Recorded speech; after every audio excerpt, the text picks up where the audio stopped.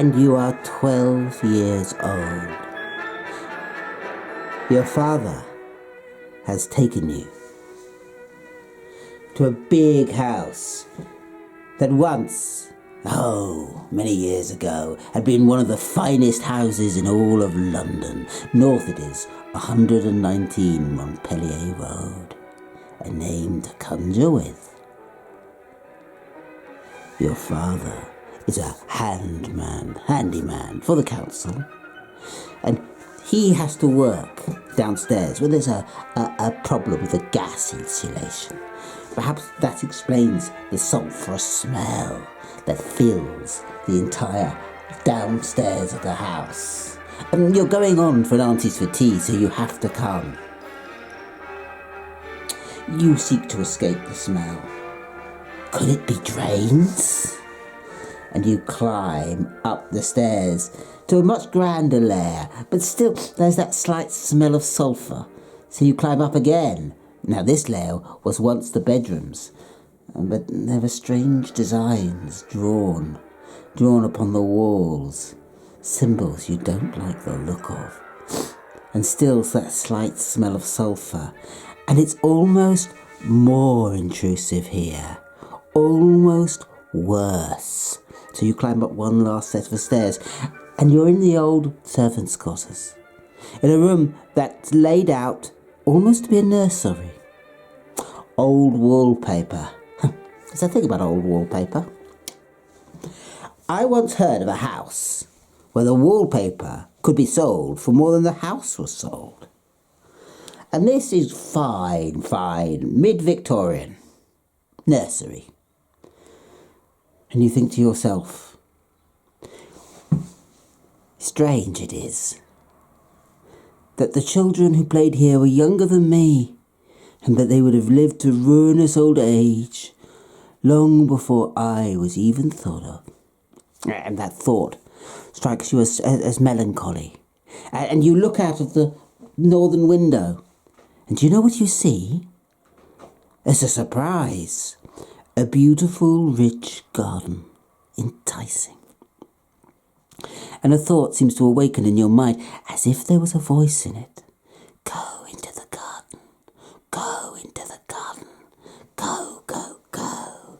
Go into the garden.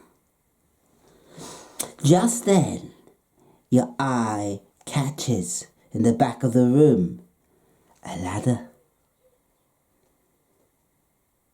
And you go, as if automatic, to the ladder and swing up it.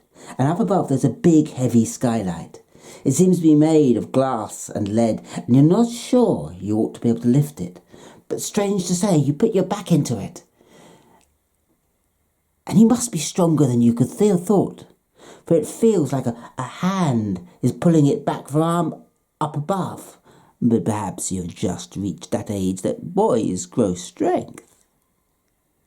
And soon you swing upon the roof, and it is a flat parapet of a roof. One way you can see London lying before you in all its bustle and its hustle and its tumult, but the other way to the garden. You go to look. The garden is beautiful and green, luscious, well watered. You climb to the edge of the roof. You're too young to really be scared. And it looks down upon a paving, and it seems to only be 12 inches below you, barely a foot. And the voice is now insistent. Go into the garden. Go, go, go. It is no distance. Go, go, go. Go, go, go. Go into the garden, my friend. So you sit down on the parapet. You dangle your feet that are surely only inches above the garden, and that beautiful green lawn, and that wonderful hard set of tiles. You stiffen, ready to jump, just at that moment. Your father comes behind you, cuffs you, and says, "No more suicides, my son," and hustles you down. And as he went down, he said, "I warned you about that house. In that house there's been 3 murders, 3 suicides and a murder. And you asked your father, what? And he said, 119 Montpellier Place. Note it. Oh, it were. The last one was 20 years ago. A young girl threw herself from the top. And before that, a servant maid had done the same, killed her charge with her. Murder and suicide, they said. And you fall silent. Perhaps it was not murder. Perhaps it was just they thought they could go into the garden. And before you go, you take a shot. And in that shot, others will see ghostly faces looking out from windows. A house to haunt you. A house of tales, of footsteps, and a sulphurous smell that never goes. A house in which men lie poisoned in the bath, catching some kind of strange sulphurous dioxide poisoning long after the drains had been replaced. A house where symbols draw themselves on wallpaper that will not be removed. A house that, whether it is made of flats or held in one contiguity, is full of nightmares of its own. A house, then, where the ghost haunts the house but is never seen.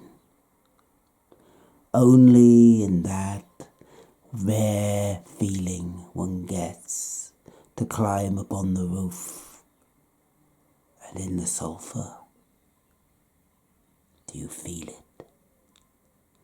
And is that not the way with real ghosts? A real ghost is less a soul lost in torment than an eddy in time. This much I know. This much a lifetime of research has shown me. For that child could have been me, and could still be you. In case you are interested, the flats that were built upon the flats that were built upon that house, one of them is for sale again. So, do you want to buy it with me?